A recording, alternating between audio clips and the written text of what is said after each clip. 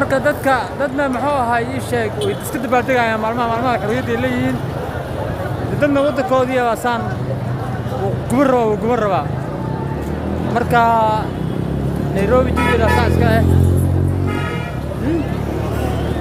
ciir haddii la sheego waa la soo wada bannaanbaxaya dabaqyada la saaran yahay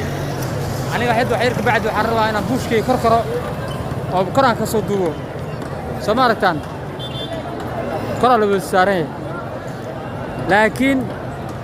hal ruux u diyaarsan inuu dukaankiisa difaaco kuma jiro Soomaalida wada arkaa hal nin hub gacanta ku haysta malaan nimanka mudaharaadayaashan wax walba ay wataan baarta meeshan maanta ku jiro kontaroolkiisa meesha kala duwanaayo traffic ma jirto